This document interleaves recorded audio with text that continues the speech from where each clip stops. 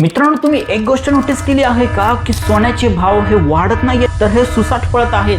पण यामागील नेमकं कारण काय आहे, चला आज जाणून घेऊया। गेल्या एका वर्षामध्ये सर्वात जास्त रिटर्न देणारी गोष्ट आहे ती म्हणजे सोनं, जिथे सेन्सेक्सने फक्त 4.3% रिटर्न दिला आहे, एफडीने 6.8%, पीपीएफने 7.1% आणि तिथे 24 कॅरेट सोन्याने तब्बल 31% रिटर्न दिला आहे व तसेच गोल्ड ETF हे सुद्धा 26 ते 30% पर्यंत रिटर्न देत आहेत। इथे हद्द तर इथे होती, सवेरिगन गोल्ड बॉन्डने तर तब्बल 34% रिटर्न दिला आहे। आणि एक प्रश्न असा येतोय, हे होतंय तरी काय नेमकं? तर चला बघूया। यामागे हे कारण आहे, सोने म्हणजे इमर्जन्सी करन्सी आहे।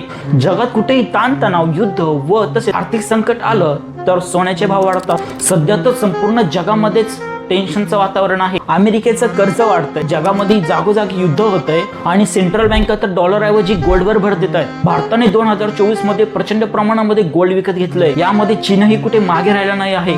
2025 मध्ये चीनही सर्वाधिक गोल्ड विकत घेतोय। ग्लोबल लेवलला तर गोल्डची डिमांड अक्षरशः आकाशाला भिडली आहे। आता लोक लग्नासाठी नाहीच तर इन्व्हेस्टमेंट साठी गोल्ड खरेदी करत आहेत। सप्टेंबर 2025 पर्यंत गोल्ड SIP मध्ये तब्बल 5200 रुपयांची गुंतवणूक झाली आहे। म्हणजे आता खरोखरच लोक गोल्डला सेफ इन्व्हेस्टमेंट मानत आहेत। हा व्हिडिओ जास्तीत जास्त लोकांपर्यंत नक्की पोहोचवा आणि मला कमेंटमध्ये सांगा की तुम्ही गोल्डमध्ये इन्व्हेस्टमेंट करता का, आणि अशाच माहितीसाठी व्हायरल गोष्टीला हक्काने फॉलो करा, कारण असं नॉलेज इथेच भेटतं।